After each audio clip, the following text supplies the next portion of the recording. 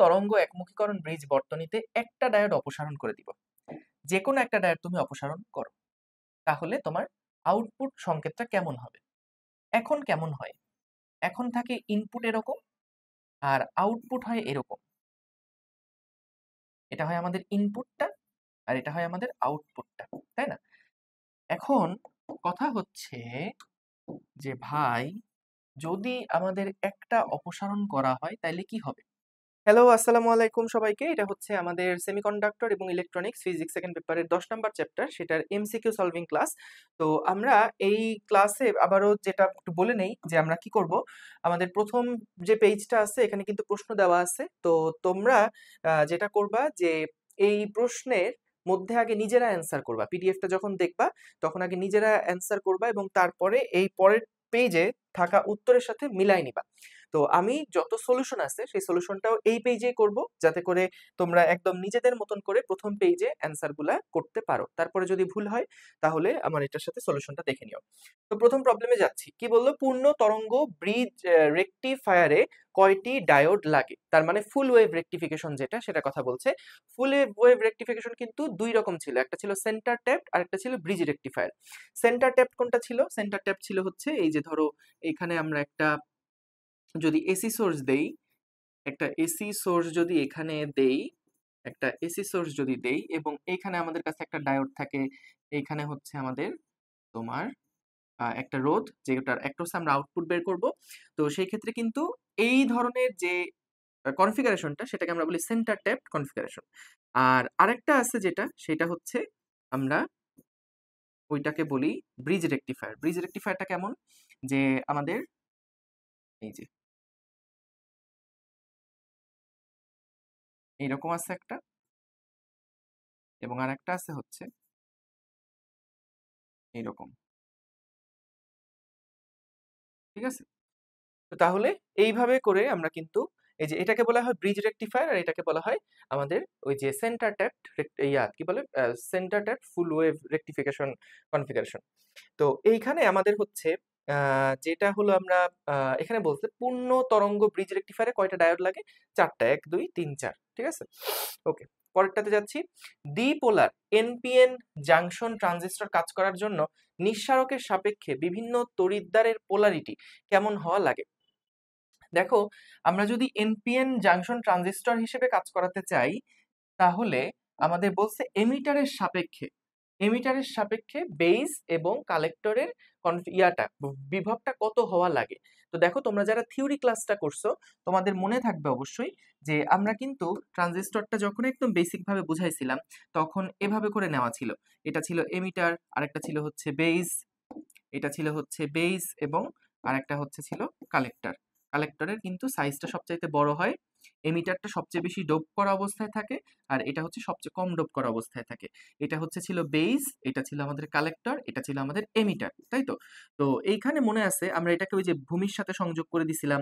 তারপরে এখানে আমরা একটা 0.7 ভোল্ট দিছিলাম, 0.7 ভোল্ট দিছিলাম এবং এখানে ওই যে 5 ভোল্ট না কত জানি এরকম দিছিলাম, ঠিক মনে নাই। তো এইখানে খেয়াল করে দেখো, যেটা বললো দ্বিপোলার এনপিএন জাংশন ট্রানজিস্টর কাজ করার জন্য, এখানে ধরে নিচ্ছি কমন এমিটার সার্কিটের কথাই বলছে, কাজ করার জন্য নিঃসারকের সাপেক্ষে বিভিন্ন তড়িৎদ্বারের পোলারিটি কত? তো নিঃসারক মানে এমিটার, এমিটারের সাপেক্ষে দেখো এখানে বেজের কিন্তু আমাদের যেই তোমার পোলটা সেটা হচ্ছে পজিটিভ এবং এমিটারটাও হচ্ছে মানে কালেক্টরের যেই পোলটা এমিটারের সাপেক্ষে সেটাও কি পজিটিভ, ঠিক আছে? তাহলে সংগ্রাহক এবং ভূমি দুইটাই হচ্ছে পজিটিভই কিন্তু থাকছে। ওকে, গেল। রাজশাহী 2017 সালে আসা। এরপর কি? ঝোঁক প্রদানকারী একটি পিএন জাংশনের নিঃশেষিত অঞ্চলে কি থাকে? খেয়াল করো, ঝোঁক প্রদানহীন মানে কোনো রকমের বায়াস আমরা দেই নাই, ফরওয়ার্ড বায়াসও দেই নাই, রিভার্স বায়াসও দেই নাই। যদি বলতাম সম্মুখ ঝোঁক বা বিপরীতমুখী ঝোঁক তাহলে হতো, কিন্তু বলছে ঝোঁক প্রদানহীন, কোনো রকম ঝোঁক আমরা দেইনি।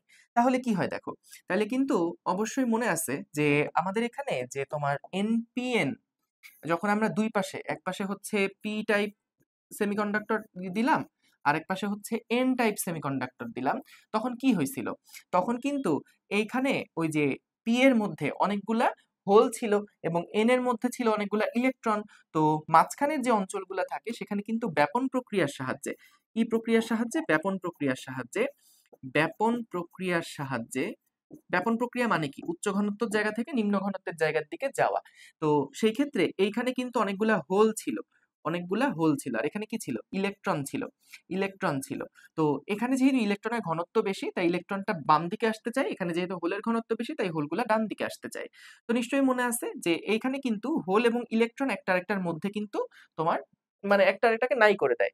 এবং তারপরে এখানে থাকে আয়নগুলা plus minus plus minus plus minus, এরকম করে কিন্তু আয়নগুলা থেকে যায়। তো সেই ক্ষেত্রে বুঝতে পারছো আমাদের কিন্তু এই মাঝখানে যে নিঃশেষিত অঞ্চলটা থাকে, সেই নিঃশেষিত অঞ্চলের মধ্যে কেবলমাত্র কি থাকে? আয়নটা থাকে। এখানে কিন্তু কোনো হোল বা ইলেকট্রন আসলে থাকে না থিওরিটিক্যালি। ওকে, পরেরটা কি? চিত্রে ওয়াই চিহ্নিত প্রান্ত কোনটা? খেয়াল করো, যখন এরকম ট্রানজিস্টরের সার্কিট আঁকা হবে সবসময় আমরা মনে রাখবো এরকম আগে একটা টি দিয়ে নিব, এবং তারপরে আমরা হচ্ছে একটার মধ্যে অ্যারো থাকবে আর একটার মধ্যে অ্যারো থাকবে না। একটার মধ্যে অ্যারো থাকবে আর একটার মধ্যে অ্যারো থাকবে না। যার মধ্যে অ্যারো থাকবে সেইটা হবে এমিটার, যার মধ্যে অ্যারো থাকবে সেটা হবে এমিটার, আর একটা হচ্ছে তাহলে কালেক্টর, এবং মাঝখানে যে টি শেপের মধ্যে যেটা থাকবে সেটা হবে হচ্ছে বেস। সেটা কি হবে? সেটা হবে বেস। তো তাহলে এটা এমিটার, এটা কালেক্টর, এটা বেস। এখন দেখো এই অ্যারো দেখে কিভাবে বুঝবো এটা কি এনপিএন নাকি পিএনপি? তো সেটা বোঝার উপায় হচ্ছে যে আমরা এইখানে তোমার সব সময় এই অ্যারোটা থাকবে কোন দিক থেকে কোন দিকে? অ্যারোটা থাকবে সব সময় পি থেকে এন এর দিকে। অ্যারোটা কোন দিক থেকে কোন দিকে থাকবে? পি থেকে এন এর দিকে। তাহলে দেখো ট্রানজিস্টর হতে হলে আমাদের তো তিনটা থাকতে হয়। তো তাহলে মাঝখানে যদি পি থাকে তার মানে দুই পাশে কি আছে? এন আছে। তার মানে এটা কিন্তু একটা এনপিএন ট্রানজিস্টর। এখন আমাদের বলছে ওয়াই চিহ্নিত প্রান্তটা কি? প্রান্তটা হচ্ছে ওয়াই চিহ্নিত প্রান্তটা লক্ষ্য করে এখানে একটা অ্যারো চিহ্ন আছে। তার মানে এটা এমিটার বা নিঃসারক। এখন দেখো যে এইখানে আমাদের কিন্তু যে অ্যারো চিহ্নটা কোন দিক বরাবর দিছে? অ্যারোটা দিছে হচ্ছে এই দিক বরাবর। এই দিক বরাবর আমাদের অ্যারোটা আছে। তাহলে এটা যদি পি হয়, এটা যদি এন হয়, এটা যদি পি হয়, তাহলে দেখো পিএনপি ট্রানজিস্টর কিন্তু এটা পিএনপি ট্রানজিস্টর। তার মানে দেখো পি থেকে এন এর দিকে। তাহলে আমাদের এই যে এমিটার যেটা সেটা আসলে কি type? P type emitter. Okay, Comilla board 2017 সালে আসে। এরপর কি? কোনটা এনপিএন ট্রানজিস্টর? দেখো এই যে আমাদের কিন্তু এখানে দেখো তোমাকে অ্যারো চিহ্নগুলো আগে বসাতে হবে। এখানে অ্যারোই নাই কোনো, এটা হবে না। এখানেও কোনো অ্যারো নাই। এই ক্ষেত্রে দেখো অ্যারোটা এদিক বরাবর, তার মানে এটা হচ্ছে পি থেকে এন এর দিকে। তাহলে এটা তো পি হবে, তাহলে এটা তো পিএনপি ট্রানজিস্টর। কিন্তু এখানে দেখো এই অ্যারোটা হচ্ছে এই দিক বরাবর, তার মানে পি থেকে এন এর দিকে, আর এটা হচ্ছে এন। তাহলে এটা হচ্ছে আমাদের এনপিএন ট্রানজিস্টর। ঢাকা বোর্ড 2016 সালে আসা প্রশ্ন।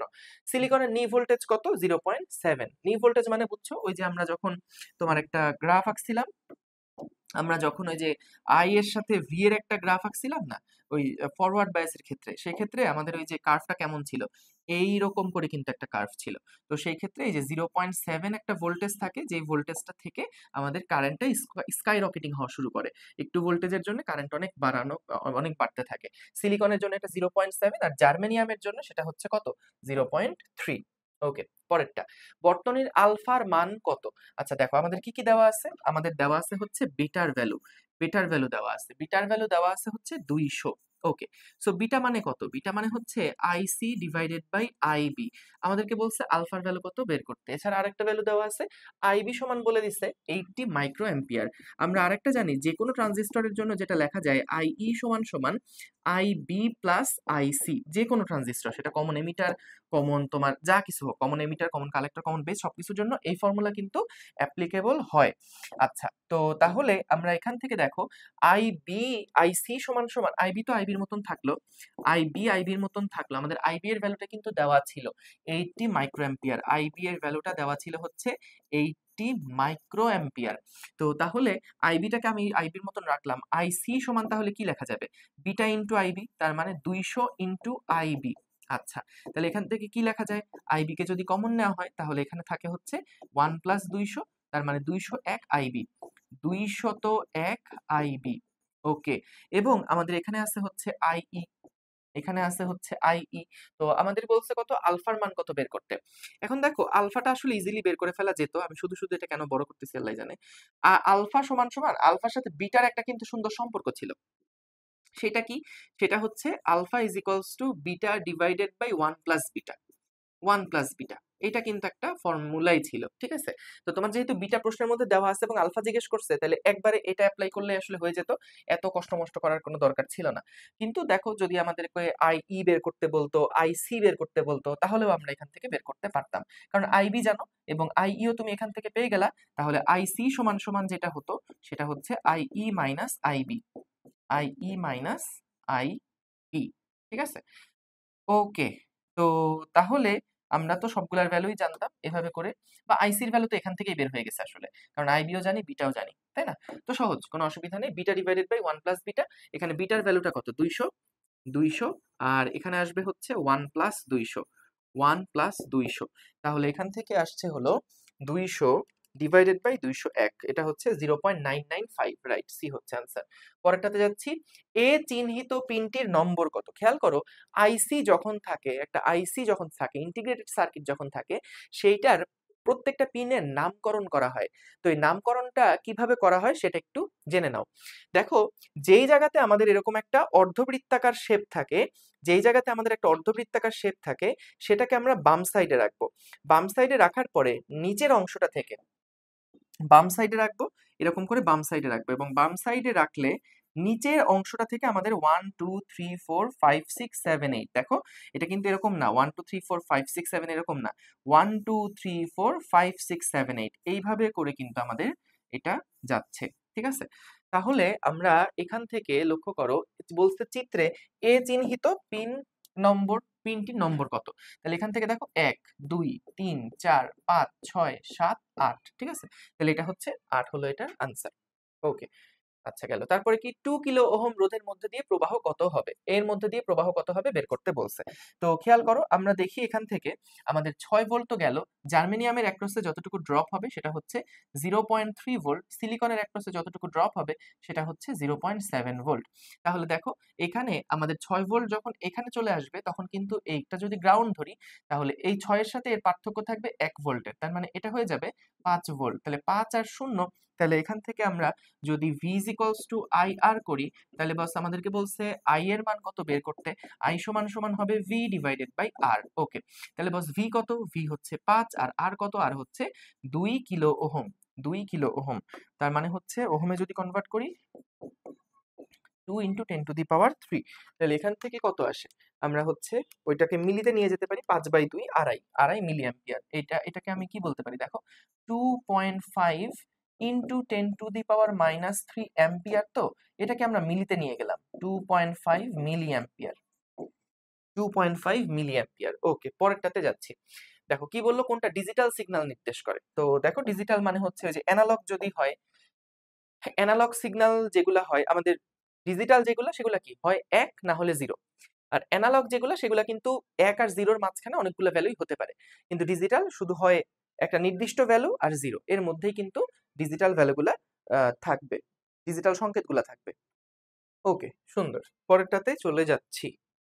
আচ্ছা, এটা কি পূর্ণ তরঙ্গ একমুখীকরণ ব্রিজ বর্তনীতে একটি ডায়োড অপসারণ করলে ডায়োডে হলে আউটপুট সংকেত কিরূপ হবে? এটা একটু চলো ব্যাখ্যা করি আমরা।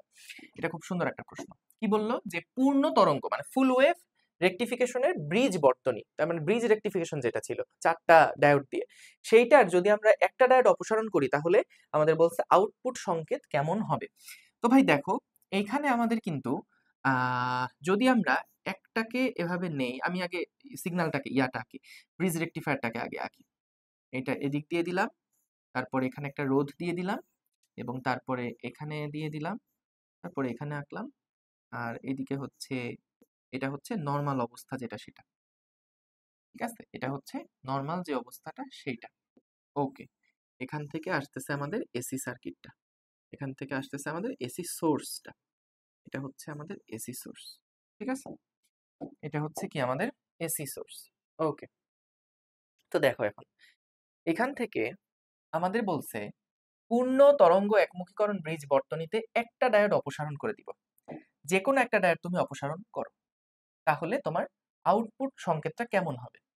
এখন কেমন হয়? এখন থাকে ইনপুট এরকম, আর আউটপুট হয় এরকম। এটা হয় আমাদের ইনপুটটা, আর এটা হয় আমাদের আউটপুটটা, তাই না? এখন কথা হচ্ছে যে ভাই যদি আমাদের একটা অপসারণ করা হয় তাহলে কি হবে? মনে করো এটা আমি অপসারণ করলাম, এটা আমি শর্ট করে দিলাম, এরকম একটা তার দিয়ে শর্ট করে দিলেও পারতাম, বা এরকম আমি একটা ডায়োডকে অপসারণ যেহেতু করতে বলছি তাই অপসারণই করলাম। এখন আমাদের ইনপুটের সিগন্যাল কি চেঞ্জ হয়েছে? ইনপুট কিন্তু আগের মতনই আছে, ইনপুট যেটা টাইমের সাথে সাথে এটা এইভাবে করেই যাচ্ছে। আউটপুটে চেঞ্জটা কেমন হবে লক্ষ্য করো, খেয়াল করো। আমরা যখন প্রথম ধাপে আসব, প্রথম ধাপে মনে করো এদিক থেকে কারেন্ট ফ্লো হচ্ছে, তাহলে এই দিক থেকে কারেন্ট ফ্লো হচ্ছে, কারেন্ট এদিকে যাচ্ছে, এদিকে আসছে। এখন এদিকে তো যাবে না, কারণ এটা রিভার্স বায়াসে আছে। তাহলে ভাই এই দিকে যাবে, রোধের মধ্যে দিয়ে এই দিকে ফ্লো হবে সুন্দর মতন, তারপরে এদিক দিয়ে আসবে, এদিক দিয়ে আসবে, এদিক দিয়ে আসবে, এই এসে, এই এসে, এই এসে চলে যাবে। এটা গেল প্রথম ফেজ। তার মানে আউটপুটে আমরা যদি দেখি, আউটপুটে প্রথম সাইকেলটা হয়তো ঠিক আছে, যদি প্রথম সাইকেলটা এদিক দিয়ে আসে।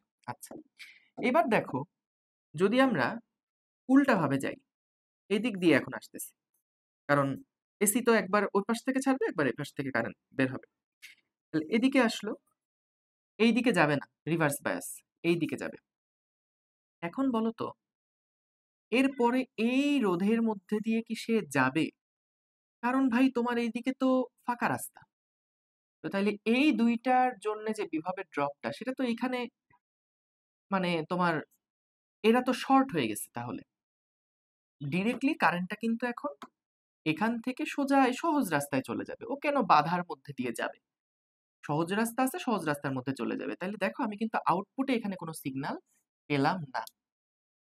পরের সাইকেল যখন আবার এরকম হবে তখন আমি আবার এরকম পাবো, আবার এরকম হবে, আবার এরকম পাবো। তাহলে দেখো, আশা করি বুঝছো, প্রথম যে কোনো একটা সাইকেল থাকবে, তুমি এরকম এটা সরায় দেখতে পারো, এটা থাকুক, বা একটা সরাতে বলছে যেহেতু যে কোনো একটা সরাও, তাহলে দেখবা যে ফুল ওয়েভ রেকটিফিকেশনটা হবে না, হাফ ওয়েভ রেকটিফিকেশন হবে।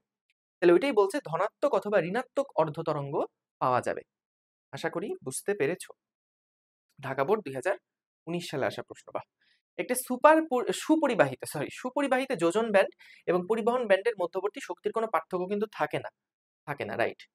কারণ ওই যে ব্যান্ডগুলো একটার সাথে আরেকটা কিন্তু ওভারল্যাপ করে থাকে। আচ্ছা, জার্মেনিয়াম এবং সিলিকন ডায়োড দুটি নি ভোল্টেজ দেওয়া আছে, ব্যবহৃত রোধের মধ্যে দিয়ে তড়িৎ প্রবাহ কত হবে? তো সহজ প্রশ্ন এটাও। এখানে আমাদের 12 ভোল্ট আছে, তাহলে এই জায়গাতে কিন্তু 11 ভোল্ট হয়ে যাবে, কারণ সিলিকনের ড্রপ খাবে হচ্ছে 0.3 ভোল্ট, 7 ভোল্ট, 0.7 ভোল্ট, আর জার্মেনিয়ামে ড্রপ খাবে 0.3 ভোল্ট, এখানে আসবে হচ্ছে 11 ভোল্ট। ওকে, তাহলে দেখো এখান থেকে আমাদের যে কারেন্টের ভ্যালুটা আসছে ডেল্টা ভি সমান সমান আই ইন্টু আর। তো এখান থেকে আই এর যে ভ্যালু সেটা কত হবে? ডেল্টা ভি মানে হচ্ছে 11 এবং আর মানে হচ্ছে 5.6 ওহম। তাহলে বস এটা কত আসে? 11/5.6, 1.96 আসতেছে। 1.96, হ্যাঁ এখানে বললাম কেন, 1.96 আসছে, ঠিক আছে, 1.96 আসছে। ওকে, তাহলে এই হচ্ছে আমাদের আনসার। ঠিক আছে, বুঝলাম। পরেরটাতে যাচ্ছি। যোজন ব্যান্ড এবং পরিবহন ব্যান্ডের মধ্যে কোনো ফাঁকা থাকে না নিচের কোনটিতে? তার মানে যে এটা সুপরিবাহী, তামা হচ্ছে সুপরিবাহী। ওকে, একটি ট্রানজিস্টর রেডিও এবং 9 ভোল্ট ব্যাটারি দ্বারা 10 মিলিওয়াট এ চলে। আচ্ছা, ট্রানজিস্টর রেডিওর ভিতর দিয়ে প্রবাহিত বিদ্যুৎ এবং রোধ নির্ণয় করো। এটা আসলে একটা চলতরিতের মতনই প্রশ্ন। যেহেতু বলে দিছে বিভব হচ্ছে 9 ভোল্ট, 9 ভোল্টের ব্যাটারি দ্বারা পাওয়ার কত? পাওয়ার হচ্ছে 10 মিলি অ্যাম্পিয়ার, 10 মিলি ওয়াট এ চলে। তার মানে দেখো পি জানো, ভি জানো, প্রবাহিত বিদ্যুৎ বের করতে পারবো যে পি ইজ ইকুয়ালস টু, যেহেতু ভি আই, তাহলে আই সমান সমান কি হবে? P divided by V. তাহলে পি হচ্ছে 10 ইন্টু 10 টু দি পাওয়ার -3 এবং ভি হচ্ছে 9 ভোল্ট। তাহলে এখান থেকে কারেন্ট কত আসে হচ্ছে 10 into 10 to the power -3 divided by 9, তাহলে আসছে 1.11 into 10 to the power -3 ampere. এখন এটাকে মিলিতে কনভার্ট করলে 1.11 মিলি অ্যাম্পিয়ার। তো এই তিনটার মধ্যে মিলি অ্যাম্পিয়ার আছে, তাহলে আমাকে রোধটা নির্ণয় করতে হবে। তাহলে দেখো রোধ বের করবো কিভাবে? এখন আমরা জানি পি সমান সমান V square by R. V square by R, তাহলে ভাই আর সমান সমান কত হবে? আর সমান সমান হচ্ছে 9 square divided by 10 into 10 to the power -3, তাহলে 81/10 টু দি পাওয়ার -3, এটা আসে 8100, এটা আসে হচ্ছে 8100 ওহম।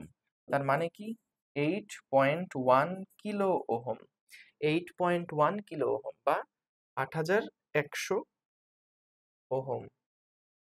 তার মানে এ হচ্ছে অ্যান্সার হচ্ছে, তাই না? এ কি অ্যান্সার এটার? A answer. এখানে লিখলাম কেন আবার? এ হচ্ছে তাহলে আমাদের এটার আনসার। সুন্দর, বুঝলাম। পরেরটাতে চলে যাচ্ছি। দেখা তো দেখা যায় ভাই, তাই না? ওয়াও, দেখা যায়। ওকে, পরেরটায় যাচ্ছি। কি বললো? একটি ট্রানজিস্টরের কমন বেস সার্কিট এমিটার, ওইটাই যাই। একটি ট্রানজিস্টরের common base circuit emitter current হচ্ছে আইই দেওয়া আছে, আইই দেওয়া আছে, সেটা হচ্ছে 100 মাইক্রো অ্যাম্পিয়ার, ওকে, থেকে 150 মাইক্রো অ্যাম্পিয়ারে উন্নীত করায়। তার মানে ডেল্টা আইই যেটা, সেটা হচ্ছে 50 মাইক্রো অ্যাম্পিয়ার। কালেক্টর কারেন্টের পরিবর্তনটা বলছে কত হয়? 98 থেকে 147 হয়। তার মানে কি 49 না? 147 মাইনাস 98 কত হয়? 49। এটা হয় 49 মাইক্রো অ্যাম্পিয়ার। বলছে কারেন্ট গেইন নির্ণয় করো। এখন ভাইয়া দেখো, সব সময়ের জন্য কারেন্ট গেইন, এটা আসলে বেসিকটা কি তোমাদের বলি। কারেন্ট গেইনটা সবসময় হচ্ছে সার্কিটের output current I out divided by I input, সব সময়ের জন্যই। এখন কমন বেস যখন থাকে তখন আমাদের কারেন্ট গেইনটা আউটপুটে থাকে হচ্ছে কালেক্টর, আউটপুটে থাকে হচ্ছে কালেক্টর, আর ইনপুটে থাকে হচ্ছে এমিটার, এমিটার, ঠিক আছে? এখন এইটাকেই কিন্তু অ্যাম্প্লিফিকেশন ফ্যাক্টর বলে কমন বেইজের জন্য। মানে বিষয়টা হচ্ছে যদি কমন বেইজ হয়, আমি একটু এটা লিখে দিই, যখন কমন বেইজ থাকবে, কমন বেইজ সার্কিট থাকবে, তখন ইনপুট হচ্ছে এমিটার কারেন্ট আর আউটপুট হচ্ছে কালেক্টর কারেন্ট। এই ক্ষেত্রে আমরা যে কারেন্ট গেইন বলি বা অ্যাম্প্লিফিকেশন ফ্যাক্টর বলি, এই ক্ষেত্রে আসলে আমাদের আউটপুট বাই ইনপুটের রেশিওটাকে আলফা দিয়ে প্রকাশ করা হয়। আলফা মানে হচ্ছে output current divided by input current, okay. তারপরে আসো যে আমাদের কমন বেস গেল, এবার আমরা দেখি common emitter. Common emitter, common এমিটারের মধ্যে ইনপুট যেটা, সেটা হচ্ছে আইবি এবং আউটপুট কারেন্ট যেটা, সেটা হচ্ছে কালেক্টরের আইসি। এই ক্ষেত্রে আমাদের আউটপুট বাই ইনপুট মানে কত? IC by IB. এটার কারেন্ট গেইনটাকে বিটা দিয়ে প্রকাশ করা হয়। তো অ্যাম্প্লিফিকেশন ফ্যাক্টর বলো বা গেইন বলো, এগুলা কিন্তু আসলে একই টার্ম বাস্তবে, কিন্তু আমাদের বইগুলাতে প্রবাহ লাভ বলতে বোঝাইছে বিটাকে, আর হচ্ছে অ্যাম্প্লিফিকেশন ফ্যাক্টর বলতে বোঝাইছে হচ্ছে আলফাটাকে। কিন্তু মূলত দুইটার মধ্যে কোনো পার্থক্য আসলে নাই। আমাদের যদি কমন এমিটার বলে তাহলে প্রবাহ লাভ বলো বা অ্যাম্প্লিফিকেশন ফ্যাক্টর বলো, সবই আউটপুট বাই ইনপুট।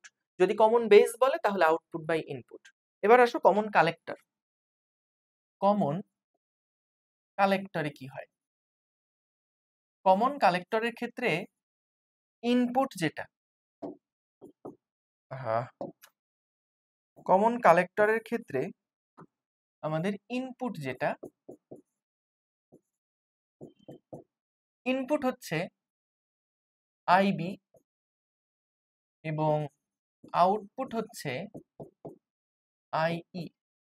আমি কি এটা খুব একটা সচরাচর ইউজ হয় না, আমি একটু চেক করতেছি, দাঁড়াও।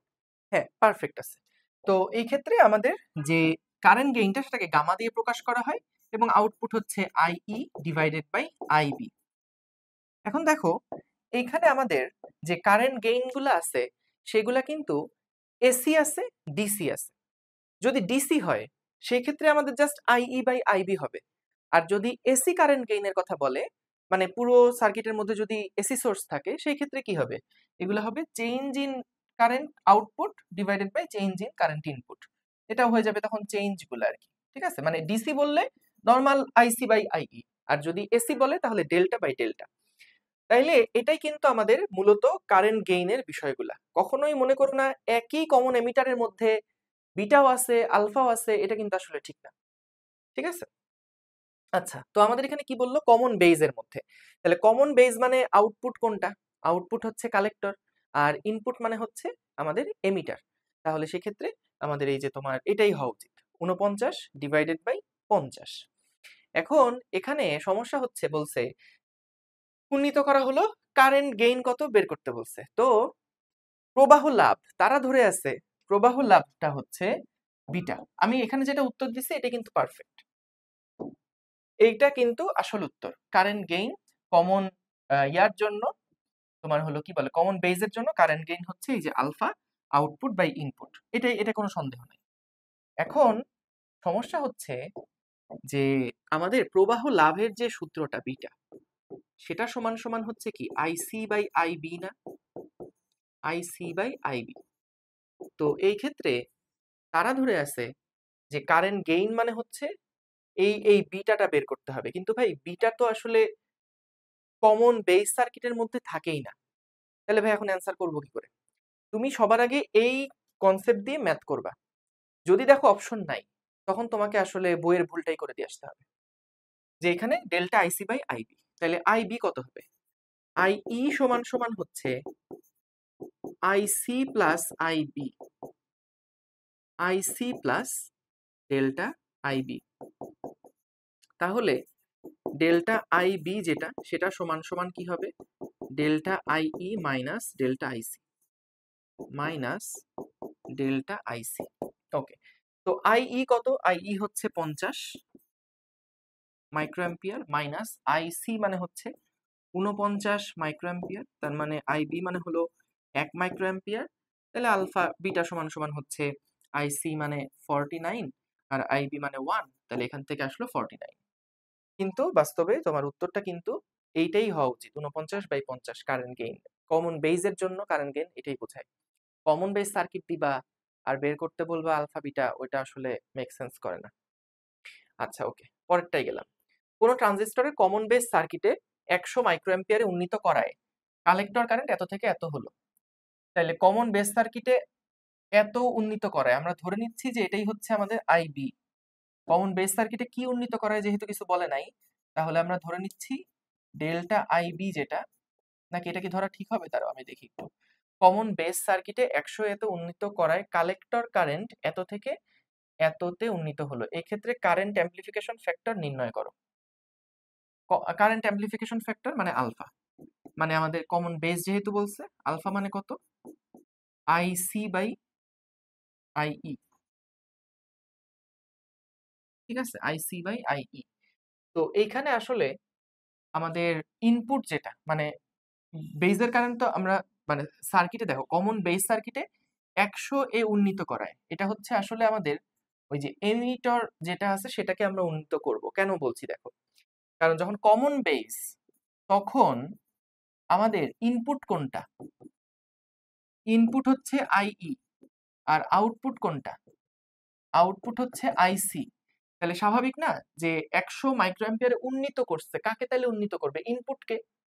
তারপরে আউটপুটের একটা চেঞ্জ দেখা গেছে, তাহলে ইনপুট হচ্ছে এইটা আইই, এটা হলো 100 মাইক্রোঅ্যাম্পিয়ার, এবং আউটপুট যেটা সেটা হচ্ছে কত? 18 মাইক্রোঅ্যাম্পিয়ার।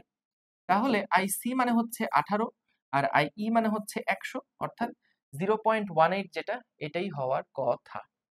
কি হলো তাহলে? মাইক্রো মাইক্রো তো এটাই আছে, 18/100, এটা তো 0.18 আসতেছে। তাই তো আসবে, দেখতে হবে, দাঁড়াও। না, এটা আসলে তোমার প্রশ্ন অপশনেই ভুল আছে, এটা উত্তর হবে। কেন উত্তর হবে আমি বলি। দেখো, কারেন্ট অ্যাম্প্লিফিকেশন ফ্যাক্টর বা আলফা, এটার ভ্যালু সবসময় 1-এর থেকে কিন্তু ছোট হয়, কারণ আইই হয় সবচেয়ে বড়, আইসি হয় ছোট। তাহলে এই দুইটার অনুপাত সবসময় কি হবে? 1-এর থেকে ছোট হবে। তুমি দেখো বিটার যে ভ্যালু এটা হচ্ছে একের থেকে বড় হয়, মানে এটা প্রায় 95, 96, 98, 100, 200 এরকম টাইপের হয় আইবির তুলনায় আইসি। কিন্তু আলফার ভ্যালু যেটা সেটা কিন্তু আইইটা সবচেয়ে বড়। তিনটা কনফিগারেশনের জন্যই কিন্তু এই ফর্মুলাটা সঠিক, যে ডেল্টা আইই সমান সমান হচ্ছে delta IB plus IC, delta IB plus delta IC. বা এটাও সত্যি যে যে কোনো মুহূর্তের আইই হবে যে কোনো মুহূর্তের আইবি প্লাস আইসি। ঠিক আছে, এই আর কি কাহিনী।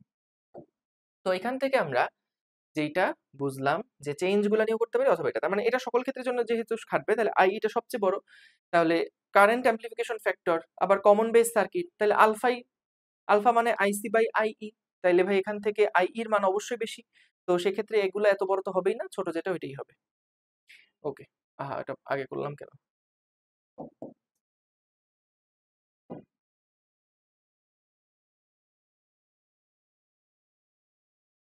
ওকে, চলো পরেরটাতে চলে যাই। কি বললো, একটি ট্রানজিস্টরের জন্য কোন আলফা বিটা বাস্তব? দেখো, আলফা সবসময় একের থেকে ছোট হবে, তাহলে একের থেকে ছোট আছে দুইটা, আর বিটা সবসময় একের থেকে বড় হবে, তাহলে বি হচ্ছে আনসার, বি আনসার। ওকে, নিচে একটি ট্রানজিস্টর সার্কিট দেখানো হলো, এর নিঃসারক প্রবাহ কত বের করতে বলছে। খেয়াল করো এখানে আমাদের এই, দেখো এখানে আবার কি ঝামেলা, এখানে আমাদেরকে কোনো তীর চিহ্ন দেয়া নাই, তীর চিহ্ন থাকা উচিত ছিল, কিন্তু আমরা এখানে কেসিএল অ্যাপ্লাই করতে পারবো, যেহেতু নিঃসারক প্রবাহ চাইছে। তার মানে আমাদেরকে কি কি দেওয়া আছে, আমাদের দেওয়া আছে দুইটা দেওয়া আছে, তার মানে একটা হচ্ছে আইবি এবং আরেকটা, এটা তো বি বোঝাই যাচ্ছে, আরেকটা হলো আইসি। তাহলে এখান থেকে 0.05 milli ampere plus 0.95 milli ampere, এখান থেকে হচ্ছে 1 মিলি অ্যাম্পিয়ার, 1 মিলি অ্যাম্পিয়ার হচ্ছে আনসার। ওকে, পরেরটায় যাচ্ছি। কি বললো, একটি বিজেটি ট্রানজিস্টরের ক্ষেত্রে, মানে নরমাল ট্রানজিস্টরের ক্ষেত্রে বিজেটি মসফেট দুই রকম আছে, আমরা বিজেটি নিয়ে পড়ি। আইসি হচ্ছে 10 মিলি অ্যাম্পিয়ার, আই হচ্ছে 15 মিলি অ্যাম্পিয়ার হলে প্রবাহ লাভ কত নির্ণয় করো। তাহলে বিটা যেহেতু বলে দিছে তাহলে আর কোনো কনফিউশন নাই, কি রকম কনফিগারেশন আমাদের আর বোঝার দরকার নেই, একবার অ্যাপ্লাই করে দিব। এটা হচ্ছে নিচে আইবি আর উপরে হচ্ছে আইসি, তো সিম্পল, এটা হচ্ছে 10 আর আইবি মানে হচ্ছে আইই মাইনাস আইসি, তাহলে এটা হচ্ছে 10 আর এটা হচ্ছে 15 মাইনাস 10 মানে 5, তার মানে 2। ওকে, পরেরটা। সাধারণ নিঃসারক বর্তনীতে অন্তর্গামী এবং বহির্গামী সিগন্যালের দশা পার্থক্য কত? দেখো, আমাদের অন্তর্গামী বহির্গামী মানে ইনপুট আউটপুটের কথা বলছে, সাধারণ নিঃসারক মানে কমন এমিটার সার্কিটে। তো কমন এমিটারে আমরা এটা থিওরি ক্লাসে কিন্তু দেখাইছি, কমন এমিটারের মধ্যে যে ইনপুটটা থাকে সেটা থাকে, ধরো যদি এরকম হয় তাহলে আউটপুটটা যেটা সেটা হচ্ছে বিবর্ধিত হয় এবং এর ফ্লিপ করে ফেলে, খালি উল্টায় যায়, এরকম ঘুরে যায়। তার মানে এটা কিন্তু দেখো ফেজ ডিফারেন্স হচ্ছে, এদের মধ্যে ফেজ ডিফারেন্স হচ্ছে 180 ডিগ্রি, এদের মধ্যে যে ফেজ ডিফারেন্স সেটা হচ্ছে কত, 180 ডিগ্রি। তাহলে মাথায় রেখো। পরেরটা কি, ট্রানজিস্টরের বিভিন্ন কারেন্টের মধ্যে সম্পর্ক আই সমান আইবি প্লাস আইসি, এটা তো বললামই। কোনটা সঠিক, বিটা সমান তো আইসি ডিভাইডেড বাই আইবি হবে, যদি এটা হতো তাহলে ঠিক হতো, আর উপরেগুলো ঠিক না। আচ্ছা, ট্রানজিস্টরের ক্ষেত্রে কোনটা সঠিক নয়, দেখো এখানে আমাদের সমীকরণ দুটো কি কি ছিল, আলফা সমান সমান ছিল beta divided by 1 plus beta, beta সমান সমান ছিল alpha divided by 1 minus alpha. এখন দেখো এগুলার মধ্যে কোনটা যাচ্ছে, বিটা সমান alpha divided by 1 minus alpha, এটা কিন্তু সঠিক, কোনো সমস্যা নেই। তারপরে আলফা সমান বিটা বাই 1 প্লাস বিটা, এটাও সঠিক, ঠিক আছে। এরপর আসলো 1 মাইনাস আলফা সমান সমান 1 মাইনাস আলফা সমান সমান 1 ডিভাইডেড বাই 1 প্লাস বিটা, এইটা কি সঠিক কিনা দেখি, যে আলফা সমান সমান তার মানে 1 minus 1 divided by 1 plus beta, এখান থেকে আসে 1 প্লাস বিটা মানে 1 প্লাস বিটা মাইনাস আমাদের হচ্ছে 1, তার মানে দেখো বিটা ডিভাইডেড বাই 1 প্লাস বিটাই কিন্তু আসে। ওকে, তাহলে এটাই হয়, তার মানে এই বি যেটা আছে সেটাই হচ্ছে আমাদের আনসার। সুন্দর, পরেরটা। একটি ট্রানজিস্টরের আইবি দেওয়া আছে, আইসি দেওয়া আছে, তড়িৎ প্রবাহের গেইন নির্ণয় করতে বলছে। বিটা যদি বের করতে বলে তাহলে আর কোনো আলাপ নাই, ডিরেক্টলি আমরা হচ্ছে উপরে আইসি আর নিচে হচ্ছে আইবি, আমি এটা মনে রাখতাম বি নিচে, বি এর মতন নিচে, ঠিক আছে। আর আইসি সবসময় উপরে থাকে, আলফা হচ্ছে আইসি বাই আইই, ঠিক আছে। আচ্ছা, তো এখান থেকে বলছে বিটা দেওয়া আছে, ট্রানজিস্টরের আইবি দেওয়া আছে, আইবি দেওয়া আছে হচ্ছে 0.02 মিলি অ্যাম্পিয়ার এবং আইসি দেওয়া আছে 1 মিলি অ্যাম্পিয়ার। ওকে, তাহলে এটা হিসাব করে দেখো, এই 5ই আসবে, 0.5 আসে। যে 1 ডিভাইডেড বাই 0.02 এটা আসে 50। 50 আসে তো ভাইয়া, 50 হবে এটা, 50, এটা 0.5 না, এটা হবে 50, এটা না। ওকে, পরেরটা, বিটার মান তো সবসময় বড় হয়। আচ্ছা, তারপর কি, একটি এনপিএন ট্রানজিস্টরে এতটি ইলেকট্রন এত সেকেন্ড সময় অ্যামিটারে গমন করলে অ্যামিটারের প্রবাহ কত? ওমা, প্রবাহ আই সমান সমান কত, কিউ ডিভাইডেড বাই টি। আচ্ছা, তো এতটা ইলেকট্রন, 10 টু দি পাওয়ার 8টি ইলেকট্রন, ইলেকট্রনের চার্জ কত, 1.6 into 10 to the power -19 divided by time হচ্ছে 10 টু দি পাওয়ার -8। তাহলে এখান থেকে বলছে যে দেখো, উপরে যদি যাও 10 টু দি পাওয়ার 16 হবে, ইন্টু মানে -8 তো, তাহলে উপরে চলে গেলে 8 8 16 into 1.6 into 10 to the power -19। তাহলে এখান থেকে কি আসে ভাই, 1.6 into 10 to the power -3, 1.6 milli ampere. এত অ্যাম্পিয়ার ছিল, এত অ্যাম্পিয়ার ছিল, তাহলে এই পুরাটা মিলে মিলি হয়ে গেল, তাহলে কিন্তু শেষ কাহিনী। সুন্দর, পরেরটাতে যাচ্ছি। ট্রানজিস্টরের বিবর্ধন গুণাঙ্ক দেওয়া আছে এবং নিঃসরণ প্রবাহ দেওয়া আছে, সংগ্রাহক প্রবাহ কত? এটা তো ভাই আবার কেমন একটা প্রশ্ন হয়ে গেল। যেহেতু বিবর্ধন গুণাঙ্ক দেওয়া আছে, তার মানে এটা কি হবে বলতো? এটা কিন্তু বিটা হবে না, এটা আলফা দেওয়া আছে, তার মানে একের থেকে যেহেতু ছোট, 0.875, তার মানে তো সেই ক্ষেত্রে বলছে সংগ্রাহক প্রবাহ কত বের করতে। তাহলে আইসি সমান সমান আলফা ইন্টু আইই, আলফার মান হচ্ছে 0.875 আর আইই এর ভ্যালুটা হচ্ছে 8 মিলি অ্যাম্পিয়ার। তাহলে কত হয়, 8 ইন্টু 0.875 কত হয়, এটা 7 মিলি অ্যাম্পিয়ার, 7 মিলি অ্যাম্পিয়ার। সুন্দর, পরেরটা, ট্রানজিস্টর প্রবাহ লাভ বিটা হলে আলফা কত, প্রবাহ বিবর্ধন গুণক বা অ্যাম্প্লিফিকেশন ফ্যাক্টর আলফা কত? দেখো নরমালি আমাদের বইতে, এটা একটু বলে রাখি, আমাদের বইগুলোতে বিটা বলতে কি বোঝায়, বাংলা হচ্ছে বিটা মানে প্রবাহ লাভ, প্রবাহ লাভ। নামগুলো একটু জেনে রাখো, কারণ এই নাম ধরে আবার অনেক সময় প্রশ্ন করে, কিন্তু আসল কনসেপ্ট যেটা আমি বলছি ওইটাই। আলফা যেটা, সেটাকে বলা হচ্ছে বিবর্ধন গুণক, অ্যাম্প্লিফিকেশন ফ্যাক্টর, বিবর্ধন গুণক। আচ্ছা, তো বললো বিটা দেওয়া আছে, তাহলে আলফা কত হবে? তো ভাই আলফার যে ভ্যালু, সেটা হচ্ছে beta divided by 1 plus beta, তাহলে কত হবে, 99/100, অর্থাৎ 0.99। কি আসতেছে এগুলো, বিবর্ধন গুণাঙ্ক এটা হবে, কি হচ্ছে আনসার, ডি না? ঠিক আছে, এটাই তো দেখলাম ভাই, beta divided by 1 plus beta না, beta divided by 1 plus beta, right. Okay, গেল। তারপরেরটা কি আছে, তারপরেরটা এটা দেখলাম, রাইট। তারপরে আছে হচ্ছে কমন বেস ট্রানজিস্টর বিন্যাস, অ্যামিটার প্রবাহ দেওয়া আছে, কালেক্টর প্রবাহ দেওয়া আছে, বেস প্রবাহ কত হবে? তাহলে আই বি যেটা, সেটা সমান সমান আসলে কত, আই বি হচ্ছে আইই মাইনাস আইসি। আইই এমিটার প্রবাহ হচ্ছে 1.25 মিলি অ্যাম্পিয়ার, আইসি মানে হচ্ছে 8 ইন্টু 10 টু দি পাওয়ার, আচ্ছা মিলিতে কনভার্ট করলে 0.8 মিলি অ্যাম্পিয়ার, তাহলে কত আসে, 0.2, 0.45, 0.45 মিলি অ্যাম্পিয়ার, এই যে এটাই আনসার। পরেরটা, একটি সিলিকন ট্রানজিস্টরের ইনপুট রোধ দেওয়া আছে, আচ্ছা আর ইন দেওয়া, সেটা হচ্ছে 200 ওহম, ভূমি প্রবাহ দেওয়া আছে, আইবি দেওয়া আছে 300 মাইক্রো অ্যাম্পিয়ার। ওকে, 300 মাইক্রো অ্যাম্পিয়ার পরিবর্তন করলে সংগ্রাহক প্রবাহ, আচ্ছা সংগ্রাহক প্রবাহ মানে আইসি তে পরিবর্তন হয় 3 মিলি অ্যাম্পিয়ার। ট্রানজিস্টরের লোড রোধ মানে আউটপুট যেটা, সেটা হচ্ছে বলছে 5 কিলো ওহম, এত ওহম। তাহলে অ্যাম্প্লিফায়ারটি ভোল্টেজ বিবর্ধন কত হবে? দেখো ভাই, ভোল্টেজ বিবর্ধন যেটা হবে, ভোল্টেজ বিবর্ধন, ভোল্টেজ গেইন বা ভোল্টেজ অ্যাম্প্লিফিকেশন বা গেইন বলে আসলে, ভোল্টেজ গেইন যেটা, সেটা হচ্ছে output divided by input, V out divided by V in. আচ্ছা, V is equals to I R, তাহলে I in R in, R out মানে হচ্ছে I out R out. Okay, তাহলে দেখো ভাই, এখান থেকে আমাদের কিন্তু আই ইন আর ইন মানে ইনপুটে কারা কারা থাকবে, ট্রানজিস্টরের যে ইনপুট রোধ সেটা হচ্ছে 200, তাহলে ইনপুটে কিন্তু হুম আমরা এটাকে কমন এমিটারই ধরে নিচ্ছি, যদি কিছু বলে না দেয় থাকে তাহলে কমন এমিটারটাই ধরে নিব।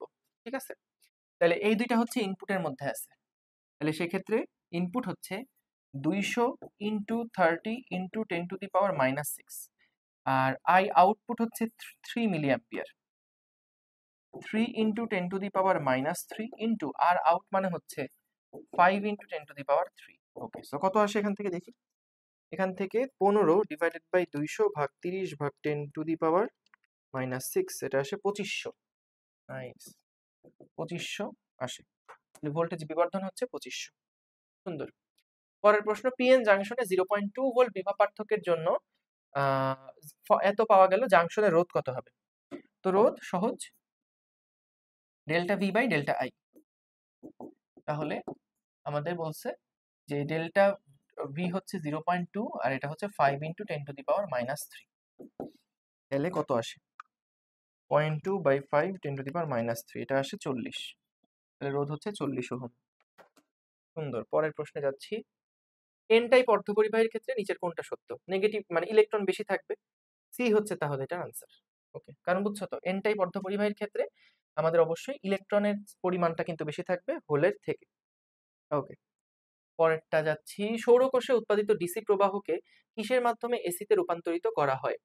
দেখো, ডিসি প্রবাহকে এসি, দেখো রেকটিফায়ার এটা করে না, ট্রানজিস্টর করে না, অ্যাম্প্লিফায়ার করে না, ইনভার্টার, তাহলে আনসার।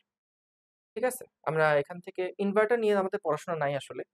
রেকটিফায়ার দেখছি, ওটা কি করে, ওইটা হচ্ছে রেকটিফায়ারের সাথে যদি আমরা ধারক যোগ করি তখন দেখা যায় যে ওইটা হলো একটা এসি সিগন্যালকে ডিসিতে কনভার্ট করতে পারে। ট্রানজিস্টর অ্যাম্প্লিফাই করে, অ্যাম্প্লিফায়ার তো অ্যাম্প্লিফাই করতেছে, বা ট্রানজিস্টর সুইচ হিসেবে কাজ করে, কিন্তু এসি থেকে ডিসি বা ডিসি থেকে এসি কিন্তু করে না, ডিসি থেকে এসিতে করে তাহলে ইনভার্টার। এক্সট্রিনসিক মানে হচ্ছে অবিশুদ্ধ, হ্যাঁ, তাহলে সেটা হচ্ছে অবিশুদ্ধ সেমিকন্ডাক্টর কোনটা? Silicon plus arsenic. ওকে, পরেরটা, কত কেলভিন তাপমাত্রায় অর্ধপরিবাহী অন্তরক হিসেবে কাজ করে? তো কত কেলভিন মানে হচ্ছে একদম দেখো, অন্তরক হিসেবে কাজ করা মানে ওখানে কোনো মুক্ত ইলেকট্রন থাকবে না। তাহলে এটা কখন হবে? যখন ওরা ওদের নিজেদের ক্রিস্টালের মধ্যে সবগুলো ইলেকট্রন বসে থাকবে, তো সেটা হচ্ছে 0 কেলভিন, মানে একদম 0 কেলভিনে তারা হচ্ছে কোনো নড়াচড়া করবে না। আচ্ছা, একটি ডায়োড রিভার্স বায়াসে যুক্ত হলে আপ চিহ্ন দ্বারা বৃদ্ধি এবং ডাউন চিহ্ন দ্বারা হ্রাস নির্দেশিত হলে নিচের কোনটা সঠিক? দেখো, রিভার্স বায়াসে যখন যুক্ত হবে, এখানে দেখতে পাচ্ছ ডিপ্লেশন লেয়ার নিয়ে কথাবার্তা বলছে। তো যখন এরা হচ্ছে আমাদের রিভার্স বায়াসে যুক্ত হবে তখন কি হয়, ডিপ্লেশন লেয়ারটা কিন্তু বেড়ে যায় এবং বিভব প্রাচীর যেটা সেটা আসলে বেড়ে যায়, তো এ হওয়ার কথা অ্যান্সার, এ রাইট। পরেরটা, অর্ধপরিবাহী ক্যালাসকে উত্তপ্ত করলে পরিবাহিতা কি হয়? দেখো, অর্ধপরিবাহীকে যখন উত্তপ্ত করা হয় তখন মুক্ত ইলেকট্রনের সংখ্যা বেড়ে যায়, অর্থাৎ পরিবাহিতা বাড়ে, রোধ কমে যায়, পরিবাহিতা বৃদ্ধি পায়, পরিবাহিতা বৃদ্ধি পায়, বি হচ্ছে আনসার। ওকে, পরেরটা, এন টাইপ অর্ধপরিবাহীতে মেজর চার্জ ক্যারিয়ার কে? বুঝতেই পারছো, এন টাইপ তার মানে ইলেকট্রন হচ্ছে মেজর চার্জ ক্যারিয়ার। আচ্ছা, ব্রিজ রেকটিফায়ারে পরিবর্তী প্রবাহ এসি কে একমুখী করার জন্য লোডের সাথে সমান্তরাল সমবায়ে যে ধারক ব্যবহৃত করা হয় সেটার কাজ কি? দেখো, যখন আমরা তোমার ইনপুটে এটা আসলো, আউটপুট যখন ব্রিজ রেকটিফায়ার ইউজ করা হয় তখন এইরকম আসে, তো এইটাকে বলে রিপল ইফেক্ট। রিপল ইফেক্ট মানে হচ্ছে বাড়ে কমে আবার বাড়ে কমে, কিন্তু এটা কি স্মুথ করার প্রয়োজন হয়, স্মুথ করার জন্য ক্যাপাসিটর এখানে অ্যাড করে দেওয়া হয়, ক্যাপাসিটর অ্যাড করে দেওয়া হয়, মানে যাতে করে এইরকম থাকে, এরকম থাকে, হ্যাঁ। এবং তারপর আরো আছে একটা জিনিস, রিলে, সেই রিলেটা অ্যাড করলে একদমই দেখা যায় প্রায় স্মুথই হয়ে যায়। তো মেইন কাজ হচ্ছে ক্যাপাসিটরের যে ডিসি প্রবাহটা তোমার মসৃণ করার জন্যই কিন্তু আমাদের এই যে তোমার ধারকটা ব্যবহার করা হয়। আর হচ্ছে এমনি কেন, কারণ দেখো যখন এই জায়গাতে আমাদের প্রবাহটা কমে যাচ্ছে, ধারক কি করে, চার্জ সঞ্চিত করে রাখে না? তাহলে যখনই দেখা যাবে যে বিভবটা কমে যাচ্ছে তখন কিন্তু ধারক নিজের যেই চার্জ জমা আছে সেটাকে সে ছেড়ে দিবে, যাতে করে ফ্লোটা ফিক্স রাখা যায়। তো এই কারণে তোমার হচ্ছে দেখা যায় যে একটা প্রায় স্মুথ একটা ডিসির মতন আমরা পাইতে পারি। ওকে, সো ডিসি কে মসৃণ করা হচ্ছে মেইন কাজ। ঠিক আছে, ডিসি কে মসৃণ করা। আর এটা তো পরের পেজ আঁকলে ভালো।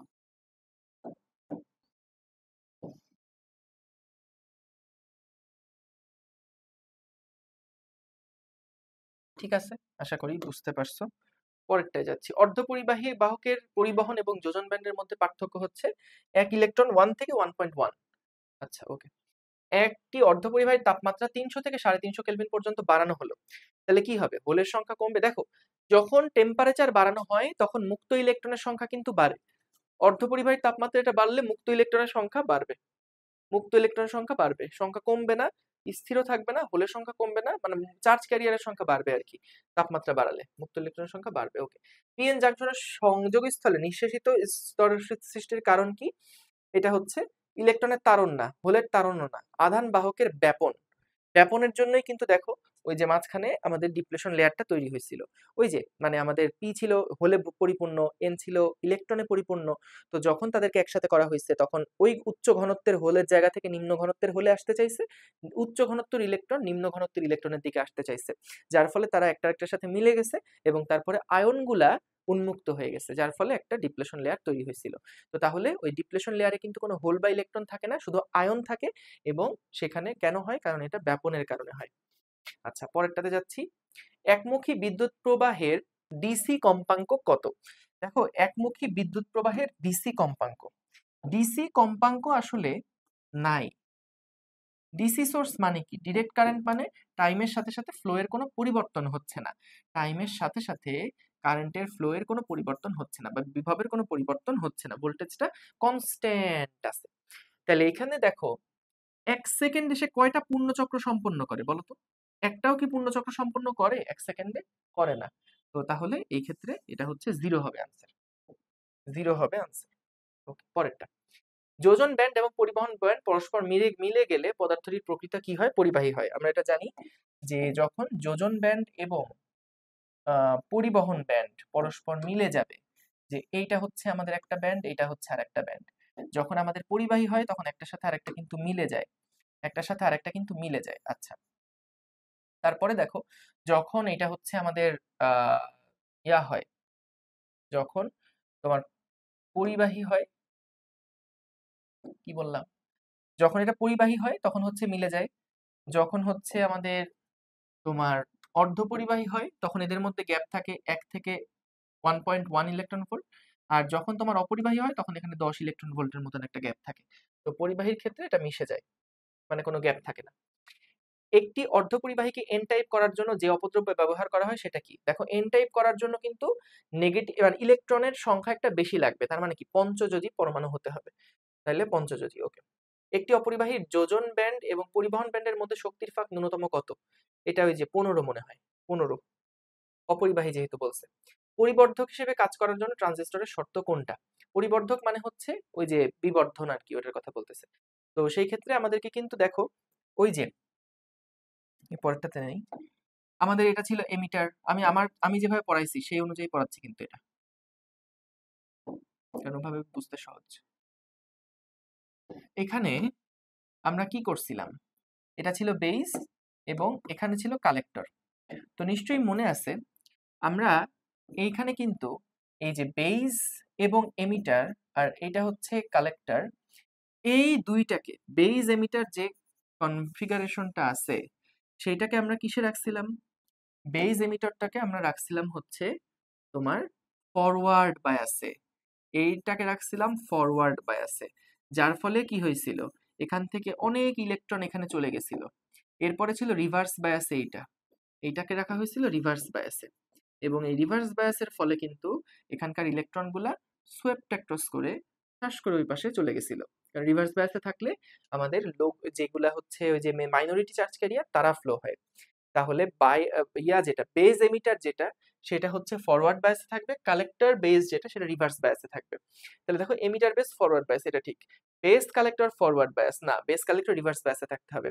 এমিটার বেস রিভার্স বায়াস না, ফরওয়ার্ড বায়াসে। বেস কালেক্টর তোমার বায়াস লাগে না, এটা কি কথা বলছে? আচ্ছা, ওকে। তারপর এটা কি? চিত্রে এ প্রান্তটি কোনটা হবে? দেখো, ডায়োডের ক্ষেত্রে নরমাল তুমি যখন রিয়েল ডায়োড দেখবা তখন আমাদের রিয়েল ডায়োড গুলাতে একটা কালো একটা ছোট্ট ইয়ার মতন থাকে, সিলিন্ডারের মতন একটা থাকে এবং এক পাশে সাদা থাকে। তো যেই পাশটা সাদা থাকে ওটা এন, মানে ইয়ার সাইডটা হয়, মানে আমাদের সার্কিটে যখন আঁকি তখন কেমন আঁকি? এরকম করে আঁকি না? এটাকে পি বলি, এটাকে এন বলি। তো এইখানেও হচ্ছে আমাদের বি পাশটা হচ্ছে এন আর এই পাশটা হচ্ছে পি থাকে, মানে সাদা অংশটা এন থাকে আর কালো অংশটা পি থাকে। ও আমি কি ভুল বললাম?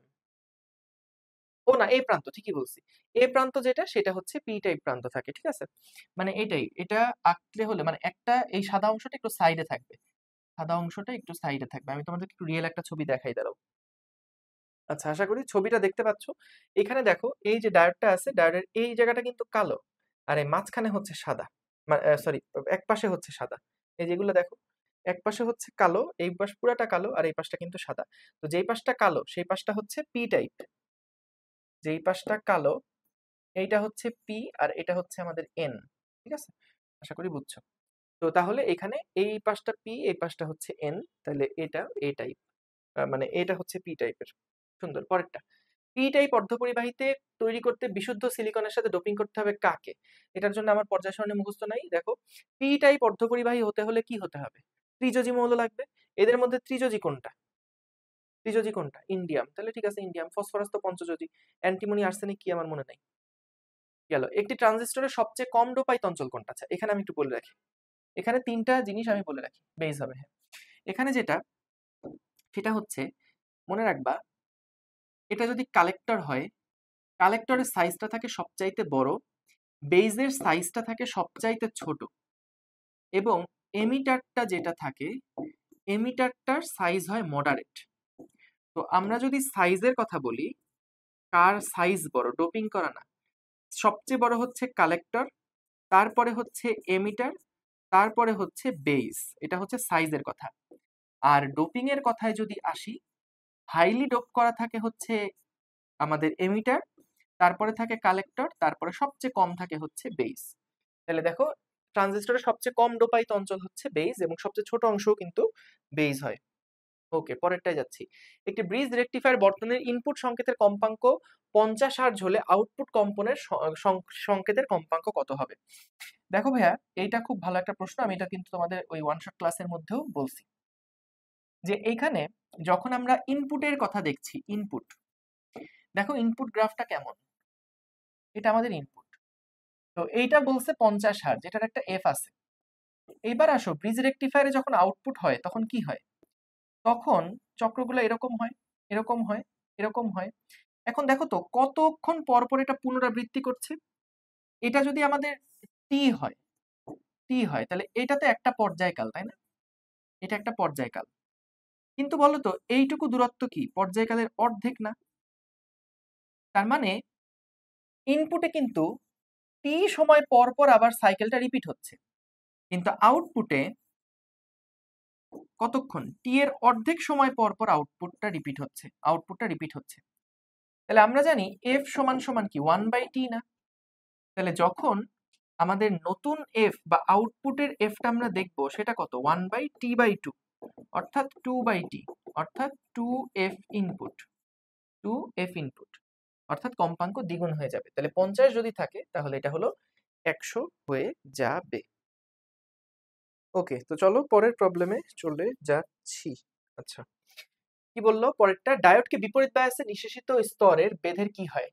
ডায়োডকে যখন বিপরীত বায়াসে করা হয় তখন নিঃশেষিত স্তর কিন্তু বৃদ্ধি পেয়ে যায়, জানি এগুলা। পূর্ণ তরঙ্গ একমুখীকরণের জন্য ব্রিজ রেকটিফায়ারে কয়টা জাংশন ডায়োড ব্যবহৃত হয়? 4টা। এটা প্রথম প্রশ্নই ছিল। স্বাভাবিক তাপমাত্রায় পি টাইপ অর্ধপরিবাহীর আধান পরিবাহী কোনটা? স্বাভাবিক তাপমাত্রায় পি টাইপ অর্ধপরিবাহীর আধান পরিবাহী কোনটা? এটা তো পি টাইপের জন্য মেজরিটি মাইনরিটি কথা যেহেতু বলে নাই, তাহলে দুইটাই হওয়া উচিত, হোল আর ইলেকট্রন দুইটাই হওয়া উচিত।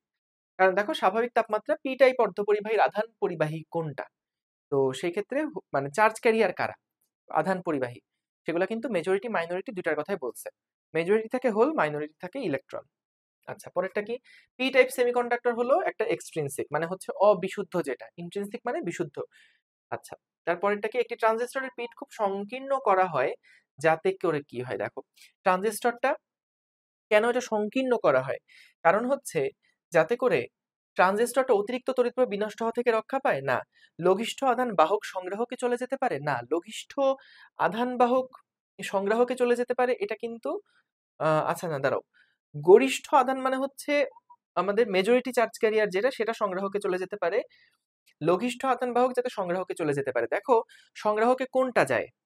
সংগ্রাহকে কিন্তু বেস কারেন্টের যে মাইনরিটি চার্জ ক্যারিয়ার গুলা থাকে তারা সংগ্রাহকে চলে যায়, এই কারণে ওইটাকে সংকীর্ণ করা হয়। তো উত্তরটা হবে লঘিষ্ঠ। আমি জানি না গরিষ্ঠ দেওয়া কিনা এটার উত্তর, গরিষ্ঠ দেওয়া, কিন্তু আসলে লঘিষ্ঠ আধান বাহক মানে মাইনরিটি চার্জ ক্যারিয়ার গুলা কিন্তু ইয়াতে চলে যায়, সংগ্রাহকে চলে যায়, গরিষ্ঠ আধান বাহকটা না। হ্যাঁ, এটা আসলে লঘিষ্ঠ আধান বাহকটা হবে, এটা লঘিষ্ঠ আধান বাহক হবে।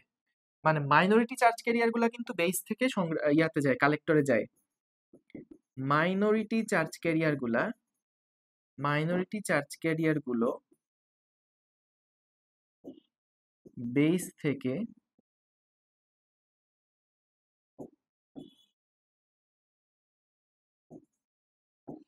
কালেক্টরে যায়। ওই যে বেস কি ছিল, বেস হচ্ছে পি টাইপ ছিল। তো আমরা যখন এটাকে ওই এমিটারের সাথে কানেক্ট করছিলাম তখন অনেকগুলো ইলেকট্রন এখানে চলে আসছিল, মানে হ্যাঁ অনেকগুলো ইলেকট্রন চলে আসছিল।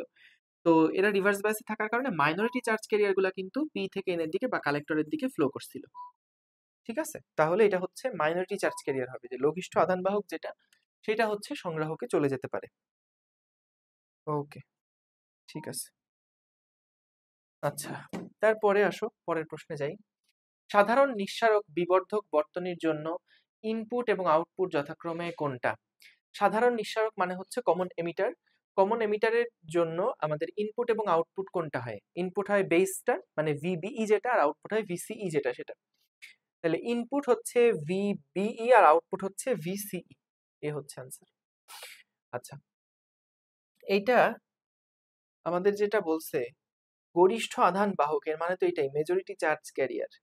ঠিক আছে, বেইজের মধ্যে পিঠে, এটা এটা ঠিক আছে, এটা লঘিষ্ঠই হবে শিওর। আচ্ছা, পরেরটা কি? অর্ধপরিবাহীতে গরিষ্ঠ আধান বাহক কোনটা? দেখো পি টাইপে হবে হোল, এন টাইপে হবে ইলেকট্রন। তো পি টাইপে হোল আর এন টাইপে ইলেকট্রন, বি হচ্ছে তাহলে এটার আনসার। ওকে, পরেরটা। অর্ধপরিবাহী ডায়োডকে কি হিসেবে ব্যবহার করা হয়?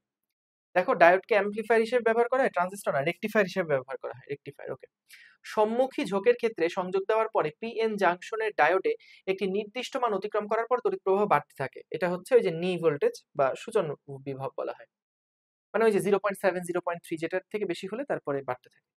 কমন এমিটার বিবর্ধনকে ইনপুট সিগন্যাল আউটপুট সিগন্যালের মধ্যে কত দশা পার্থক্য থাকে? 180, 180 এটা আমরা জানি। ওকে, এবার আসো গেট নিয়ে আমরা একটু পড়াশোনা করি। গেট নিয়ে আমি একটু থিওরিটা তোমাদেরকে বলি, কিন্তু এখানে একটা পার্ট আছে সম্পূর্ণটাই আইসিটি, সেটা আমি কিছুই দেখাবো না। সেটা হচ্ছে ওই যে নাম্বার আমাদের ইয়া থাকে না, ওই যে নাম্বার সিস্টেম যেটা ডেসিমাল, অক্টাল, হেক্সাডেসিমাল, এই যে কনভার্সন গুলো আছে এগুলো সম্পূর্ণ আইসিটির পার্ট। ওইগুলো একটু দেখে নিবা, ওখান থেকে ক্যালকুলেটরও সলভ করা যায়, ওগুলো শিখে নিবা। ফিজিক্সে ওখান থেকে প্রশ্ন আসলে বোর্ডে আমি আসতে দেখি নাই, তবে দেখে রাখবা, ওইটা অবশ্যই শিখে রাখবা, যেহেতু আইসিটির পার্ট ওইটা হচ্ছে ওখান থেকে একটু দেখো। এবার আসো লজিক গেটের মধ্যে আমাদের এটা আসলে কাজটা কি। দেখো লজিক গেট আসলে মূলত আমাদের এক ধরনের, বুঝতে পারতেছো, গেট, যেই গেটটায় আমরা একরকম ইনপুট দিব এবং আরেক রকমের আউটপুট পাবো। তো এরকম বিভিন্ন রকমের গেট আছে, এন্ড গেট, ন্যান্ড গেট, নর গেট, অর গেট। হ্যাঁ, তো এক একটা গেটের মধ্যে আমরা এক এক রকম ইনপুট দিলে এক এক রকম আউটপুট পাওয়া যায়। কি কি ধরনের ইনপুট হতে পারে? ইনপুট হবে দুই ধরনের, একটা হয় 1 অথবা 0। 1 মানে হচ্ছে ভোল্টেজ অন, আর 0 মানে হচ্ছে ভোল্টেজ অফ, এরকম বোঝায় আর কি। তো আমাদের এখানে দেখো প্রথমে আমরা যে গেটটা নিয়ে কথা বলবো এটা হচ্ছে NOT gate. NOT gate, NOT গেটের কাজ হচ্ছে, এটাকে আমরা ইনভার্টার গেটও বলে থাকি, এটাকে আমরা ইনভার্টার গেটও বলে থাকি।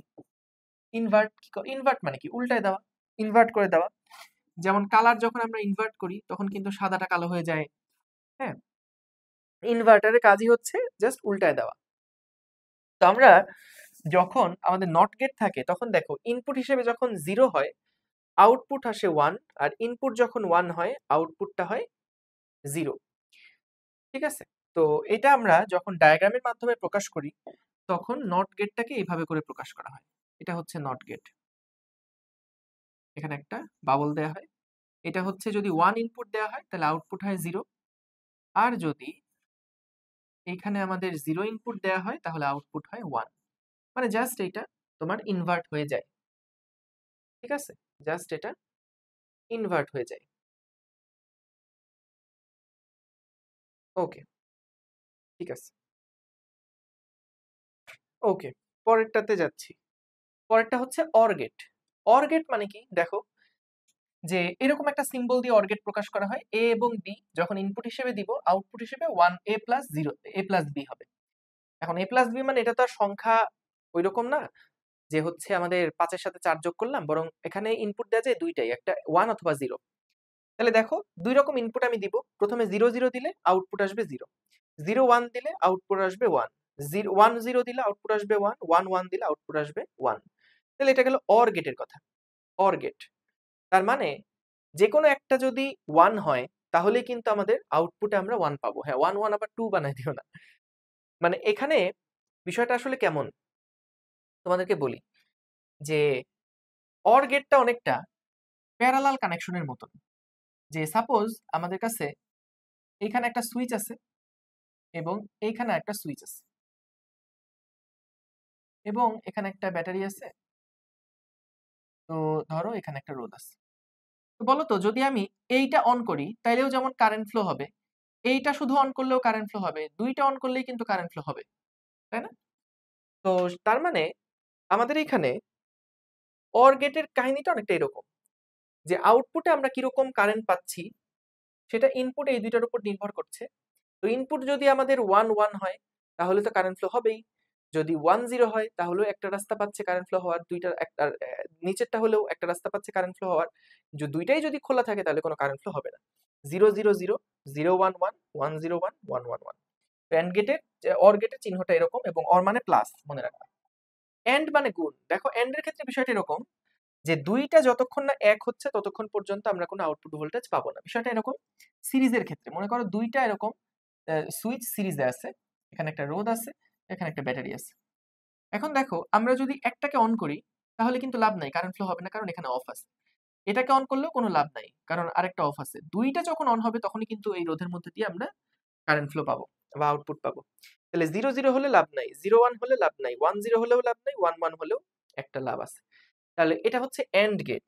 এন্ড একটা গুণের মতন, যে দেখো 0 0 0 0 আর 1 গুণ করলে 0, 1 আর 1 গুণ করলে 0, 1 আর 1 গুণ করলে 1 হয়। তাহলে এন্ড দেখতে কিন্তু এরকম, দেখো ডি এর মতন একটা ভাব আছে, ঠিক আছে? আচ্ছা, তারপরে কি আউটপুট 1 পাওয়া যাবে নিচের কোন ইনপুট গুলোর জন্য? দেখা যাক, আমরা এখানে একটু ম্যাথ একটা প্র্যাকটিস করি। দেখো এখানে বলছে আমাদের আউটপুট 1 পেতে চাই, আউটপুট পেতে চাই 1। আচ্ছা, তো একটা একটা করে দেখি। এটা 0 0 1 দেওয়া, এ যদি 0 হয়, বি যদি 0 হয়, সি যদি 1 হয়, দেখো ভাই এটা কি গেট? Or gate. তাহলে 0 0 অর করার পরে কি হবে? 0ই হবে। আর 1 এখানে যাওয়ার পরে 0 আর 1 এন্ড করা মানে কি হবে? 0 আর 1 যখন আমি এন্ড করব তখন কিন্তু এন্ড মানে গুণ, তাহলে এটা 0 হয়ে যাবে, তাহলে এটা কিন্তু হবে না। প্রথমটা তার মানে হচ্ছে না, প্রথমটা হচ্ছে না। আচ্ছা, পরেরটায় আসি। এ যদি 1 হয়, এখানে যদি ইনপুট হয় 1, বি যদি হয় 0, সিও যদি হয় 0, তাহলে দেখো 1 আর 0 এটা কিন্তু 1 আসবে, এটা কিন্তু 0 আসবে। 1 আর 0 করলে কিন্তু 0 হবে, তার মানে এটাও পসিবল না, এটাও হবে না। আচ্ছা, সি দেখো 1 0 1, দেখো এটা যদি 1 হয়, এটা যদি 0 হয়, 1 আর 0 অর করলে 1 পাবো। সি আছে 1, তাহলে কিন্তু 1 আর 1 আমাদের এন্ড করলে 1 পাবো, তার মানে সি হচ্ছে এটার আনসার, গ হচ্ছে এটার আনসার। এভাবে করে তোমাকে প্রত্যেকটা চেক করে করে দেখতে হবে।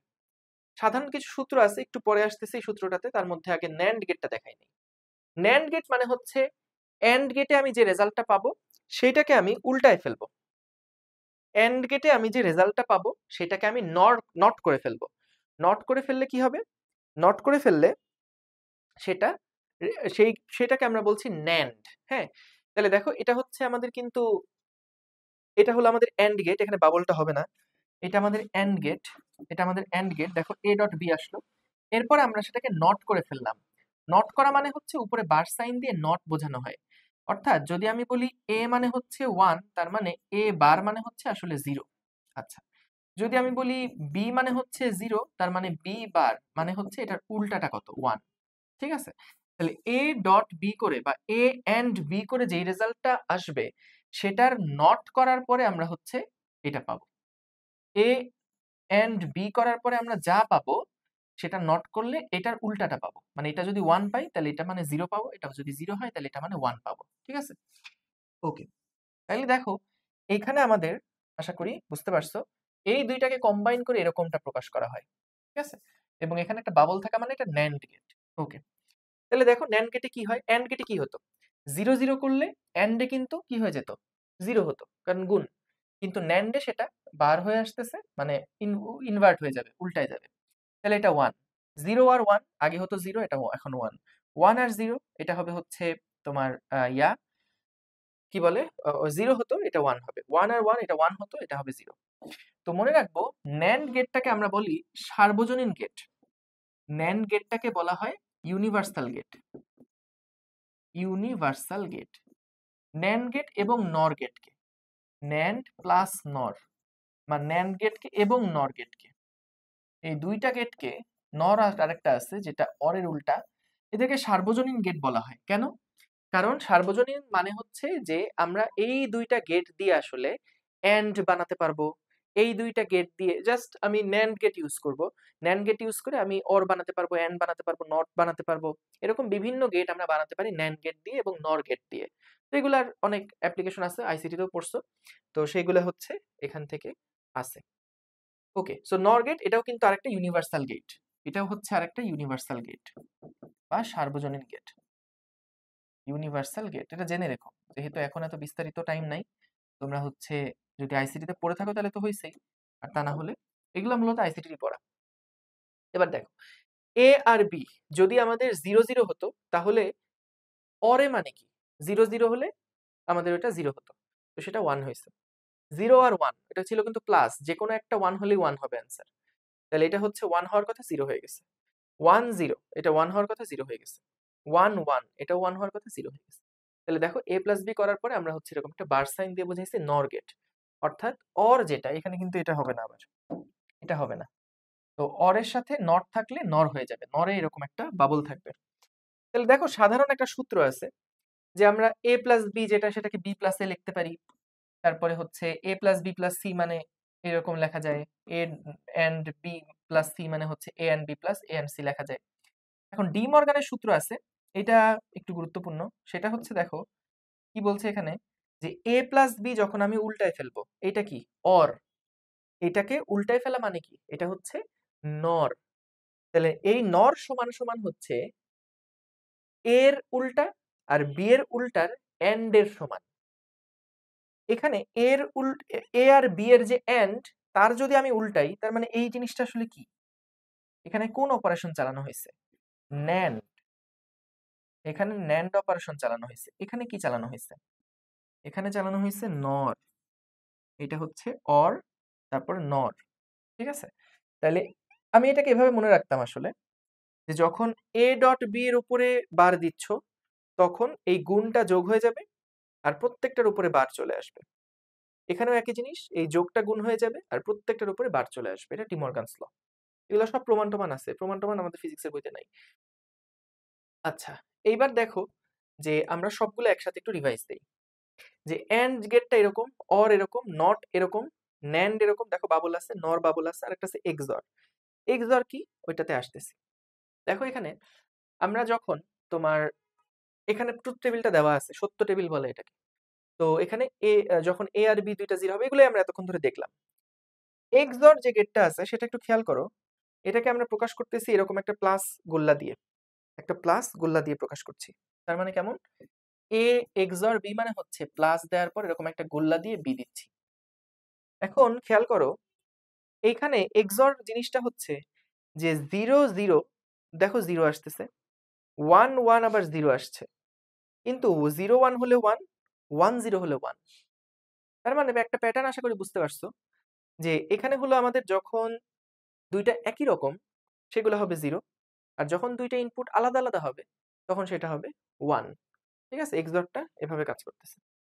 গাণিতিক সমস্যা দেখো, এটা আমরা সলভ করি। এ দেওয়া আছে, বি দেওয়া আছে, আমাদেরকে বলছে জেড কত হবে। তো প্রথম প্রশ্ন আগে দেখো, এ যদি 1 হয়, এটা যদি 1 হয়, তাহলে ভাইয়া এ নট হয়ে কত হয়ে যাবে, 0 হয়ে যাবে। আচ্ছা, এই 1 আবার এর মধ্যে দিয়ে যাবে, ভালো কথা। বি যদি 0 হয়, বি যদি 0 হয়, তাহলে এই 0টা এর মধ্যে দিয়ে যাবে এবং এখানে 0টা 1 হয়ে যাবে। আচ্ছা, তাহলে কি হচ্ছে, তাহলে এখান থেকে এন্ড করা মানে হচ্ছে গুণ দেওয়া, এটা 0 হয়ে যাবে, এটা 1 হয়ে যাবে। এবং এটা মানে অর, তার মানে যে কোনো একটা 1 থাকলেই 1, তার মানে এটা 1। তো এটার যে আনসার, প্রথমটার যে আনসার সেটা কত হবে? সেটা হবে 1।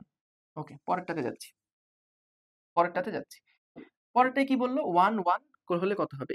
যদি 1 হয় তাহলে এটা হয়ে যাবে 0, এটা হয়ে যাবে 1। আচ্ছা, যদি b 1 হয়, 1 হয়, তাহলে এটা হয়ে যাবে 1, এবং এটা যদি 1 হয় এটা হয়ে যাবে 0। খেয়াল করো, এন্ড যখন করব তখন এটা 0, এখানে 1 আর 0 এন্ড করলে 0, এটা অর মানে 0 হয়ে যাচ্ছে। তার মানে এটার যে উত্তরটা সেটা হবে কত? এইটার উত্তরটা হবে 0। ওকে, গেল। পরেরটা কি? a1 b1 c যদি 0 হয় তাহলে f কত? খেয়াল করো, যদি আমাদের a1 হয় b1 হয়, আচ্ছা এটা কি ছিল? এটা ছিল XOR, কিন্তু দেখো XOR ছিল এরকম, এই যে কেমন একটা সাইন দিয়ে, এই যে অনেকটা অরের মতন সাইন দিয়ে এই পাশে একটা XOR দেওয়া। তো যদি একই রকম হয় তখন কিন্তু 0 হবে, আর অন্যরকম হলে সেটা আমাদের 1 হবে। তাহলে a b যদি 1 হয়, a আর b যদি 1 হয়, a যদি 1 হয়, b যদি 1 হয়, 1 1 একই রকম হয়ে গেছে, সেটা হয়ে যাবে 0। আচ্ছা, এই 1টা এখানে আসবে, আবার c কত ছিল? c ছিল 0। তাহলে 1 আর এটা হচ্ছে 0, এই দুইটার কি হয়েছে? এটা হয়ে গেছে আমাদের NAND। তাইলে NAND, আগে দেখো AND হলে কি হতো? AND হলে কিন্তু 0 হয়ে যেত, তাহলে NAND হলে তার উল্টা হবে, অর্থাৎ 1 হবে। আচ্ছা, 0 আর 1, 0 আর 1 এর অর হলে কিন্তু 1 হতো, নর হলে এটা হয়ে যাবে 0। দেখো আবার বলছি, 1 1 যদি হয় তাহলে XOR, XOR এ কি হয়? যখন সেম থাকে, XOR এ দেখো যখন সেম থাকে তখন 0 হয়। তাইলে এখানেও যখন আমাদের এটা সেম আছে তখন এটা 0 হয়ে যাবে, আর যখন ডিফারেন্ট আছে তখন এটা 1, সরি, যখন সেম আছে এটা 0 হবে। তাহলে এখান থেকে দেখো 1 এদিকে একটা গেল, b এর মান 1 বলে দিছিল, তাহলে 1 এদিকে একটা ঢুকলো, এদিকে একটা 0 ঢুকলো। 1 আর 0 এর আমি এন্ড করব, NAND এর আলাপ পরে, আগে এন্ড করো। এন্ড করা মানে 1 আর 0, এটা কত হয়ে যাবে? 1 আর 0 হয়ে যাবে 0। তাকে আমি উল্টাই দিব, তার মানে এটা হয়ে যাবে 1। আর এখানে 0 আর 1, অর করা মানে 1 হওয়া, আর নর করা মানে হচ্ছে 0 হওয়া। ওকে, সো এইটা ছিল আমাদের মোটামুটি একটা থিওরি পার্ট। আমরা এবার চলো অবজেক্টিভ গুলো একটু দেখে নিই। অবজেক্টিভ গুলা একটু দেখে নেই। হ্যাঁ, দেখো এখানে বলছে উপরের চিত্রটি কোন গেট নির্দেশ করে? উপরের চিত্রটা কোন গেট নির্দেশ করে? তো বুঝতে পারছো, এখানে কিন্তু আমাদের এই যে একটু আগেই বললাম, এখানে কি যদি ইনপুট এখানে 1 হয়, যদি ইনপুট এখানে 1 হয় তাহলে কিন্তু একটা দিয়ে পাস করলেই হয়ে যাবে। মানে এটা যে কোনো একটা যদি খুলে যায় তাহলে কিন্তু এখানে আউটপুট আমরা পাবো, অর্থাৎ এটা অর গেট। এ হচ্ছে এটার আনসার, অর গেট। ওকে, পরেরটা কি? অর গেটের আউটপুটকে নট গেটের ইনপুটের সাথে যুক্ত করে কি পাওয়া যায়? নর পাওয়া যায়। কারণ আমরা যখন অর গেট দেখছি, অর গেট, সেই অর গেটের সাথে আমরা যদি নট গেটকে লাগাই দেই তাহলে কি হবে? আমরা নর পাবো। এ হচ্ছে তাহলে আনসার, নর। ওকে, পরেরটা, একটি ন্যান্ড গেটের বুলিয়ান বীজগণিত কোনটা? এন্ড মানে কি ছিল? গুণ। আর NAND মানে কি? গুণ করে যে রেজাল্টটা আসবে তার উল্টা। তাহলে এন্ড মানে হচ্ছে a ডট বি, গুণ করলাম, আর NAND মানে উল্টা, মানে a ডট বি এর উপরে বার থাকবে। তার মানে সি হচ্ছে এটার আনসার। ওকে, পরেরটা কি? কোনটি সার্বজনীন লজিক? NAND আর NOR, এরা দুইটা কিন্তু সার্বজনীন লজিক হয়, NAND অথবা NOR। আচ্ছা, ওকে, পরেরটা, আউটপুট উচ্চ হয় যখন ইনপুট দ্বয় আলাদা, এই বাক্যটি কোন লজিক গেটের জন্য প্রযোজ্য? ওই যে আউটপুট উচ্চ মানে হচ্ছে আউটপুট 1 পাবো কখন? যখন ইনপুট দ্বয় আলাদা, অর্থাৎ 1 0 হলে 1 হয়, 0 1 হলে 1 হয়। এটা কখন? XOR এর জন্য না? এটাই আমরা দেখছি, এটাই হচ্ছে XOR। ওকে, কোন গেটটাকে ইনভার্টার বলা হয়? নট গেটকে ইনভার্টার বলা হয়। লজিক বর্তনী কোন গেটটা নির্দেশ করে? আচ্ছা দেখা যাক এটা কোন গেটটা নির্দেশ করে। আমরা একটা কাজ করি, এখানে যদি a দেওয়া হয় তাহলে এখানে হয়ে যাচ্ছে a বার, তারপরে এখানে ঢুকছে আবার a, এখানে যেই বিটা ছিল সেই বিটা এখানে হয়ে যাচ্ছে বি বার, আর এখানে আসছে বি। তাহলে আমরা এরপরে এটাকে কি করছি? এ বার আর বি বারকে আমরা তারপরে আবার এন্ড করলাম, তার মানে এ বার বি প্লাস এ বি বার। আচ্ছা, প্লাসই তো, মানে এখানে ডট হবে, এখানে ডট হবে, এই দুইটা এন্ড করলাম এবং তারপর দেখো অর করে দিছি, অর করে দেওয়া মানে কিন্তু যোগ হয়ে যাবে। মানে এখানে রেজাল্ট কি আসবে, এ বার ডট বি, আর এইটার থেকে রেজাল্ট আসবে এ ডট বি বার। এই দুইটাকে অর করার পরে আমাদের কি করতে হচ্ছে, যোগ করতে হচ্ছে। এই দুইটাকে আমাদেরকে কিন্তু ভাইয়া যোগ করতে হচ্ছে। তাহলে দেখো, ও এটা বি বার হবে না, এটা শুধু বি। ওকে, তাহলে এটা কিন্তু এক্স অর গেট। হ্যাঁ, এটা জেনে রেখো, এটা হচ্ছে এক্স অর গেটের জন্য আমাদের কনফিগারেশনটা এভাবে করে দিতে হয়। এটা হলো এক্স অর গেটের জন্য ফর্মুলাটা। এক্স অর গেটটা হচ্ছে এরকম, এই যে এ প্লাস ক্রস বি। তুমি এটা মিলাই দেখো, ওই যে চলো আমরা এখনই মিলাই দেখি। এ যদি বি যদি বিভিন্ন ভ্যালু তো হবে, তাই না? এ আর বি এর বিভিন্ন ভ্যালু পাবো। তো চলো প্রথমে 0 0 দিয়ে শুরু করি। দেখো যদি এটা 0 0 হয় তাহলে এটা কত, 1, এটা হচ্ছে 0, প্লাস এইটা যদি 0 হয়, এটা হচ্ছে 1, তো এটাও 0, এটাও 0, তাহলে আলটিমেটলি প্লাস মানে অর করার পরে 0ই পাবো। তার মানে 0 0 হলে 0 হচ্ছে। আচ্ছা, আউটপুট, এটা হচ্ছে আমাদের আউটপুট। ওকে, এরপরে দেখো যদি 1 1 হয় তাহলে কি হয় দেখি। 1 1 হলেও দেখো এইটা 0, এটা 1, তারপরে এটা 1, এটা 0, তার মানে 0 প্লাস 0 0ই আসছে, তার মানে আউটপুটে 0 আসছে। ঠিক আছে, বুঝলাম।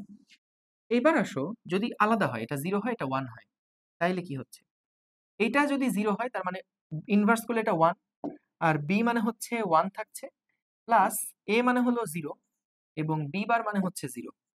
তাহলে এখান থেকে আমাদের এটা তো 0 হয়ে যাচ্ছে, অর করার ক্ষেত্রে এটা 1 হয়ে যাবে, তাহলে এটা দেখো 1 আসতেছে। আর যদি 1 0 হয়, এ এর মান যদি 1 হয় বা এটা যদি 0 হয়, এ এর মান যদি 1 হয় তাহলে এ বার হয়ে যাবে 0, এটা হয়ে যাবে 0, আর এটা এ হয়ে যাবে 1, এটা হয়ে যাচ্ছে বি বার মানে এটা 1, তাহলে যোগ করলে বা অর করলে 1 পাচ্ছি, তাহলে এটা হয়ে যাচ্ছে 1। তাহলে আশা করি বুঝতে পারছো এটা কিন্তু কার ক্যারেক্টারিস্টিক্স, এক্সর এর ক্যারেক্টারিস্টিক্স। তাহলে এক্সর হচ্ছে এটার আনসার। ওকে, আরে এটা তো পরে বললে ভালো হতো। দিনাজপুর বোর্ড 2021 সালে আসছে।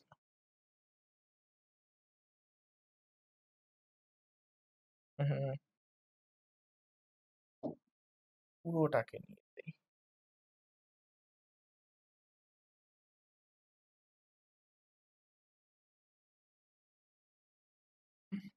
ওকে, ঠিক আছে, পরেরটায় যাই।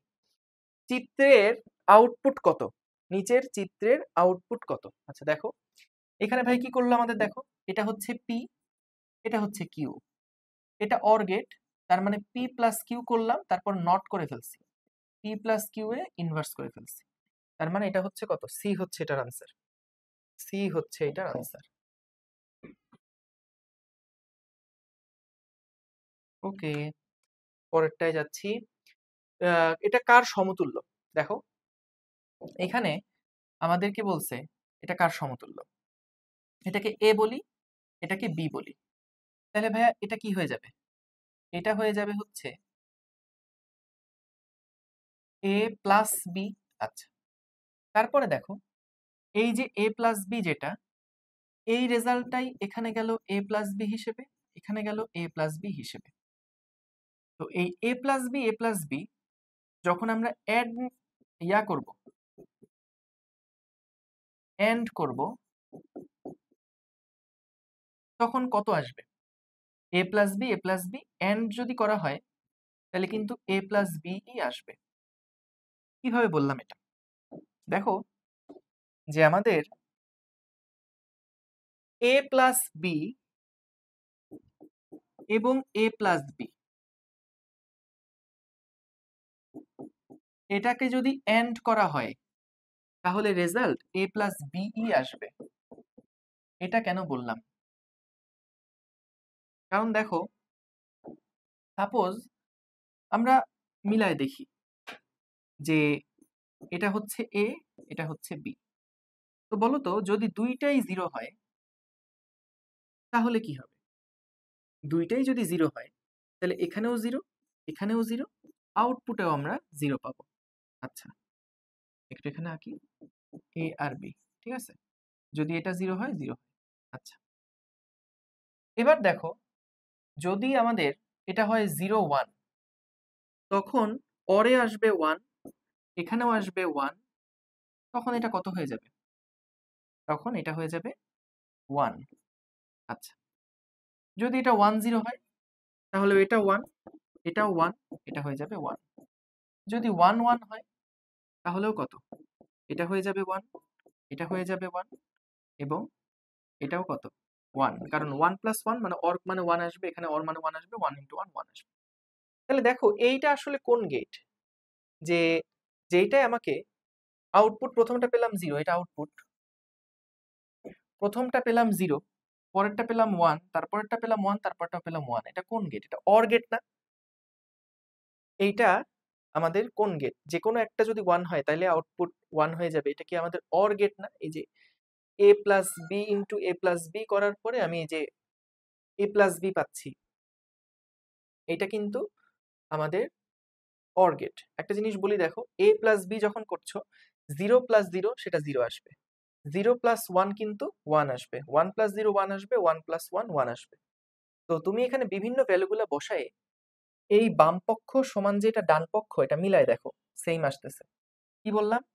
যে তুমি এখানে বিভিন্ন ভ্যালুগুলাকে বসাও, মানে এই 4টা কম্বিনেশনের বাইরে তো সম্ভব না। তাহলে প্রত্যেকটার জন্য তুমি এখানে বাম পক্ষ বসায় দেখো রেজাল্ট কি আসে, ডান পক্ষ বসায় দেখো রেজাল্ট কি আসে।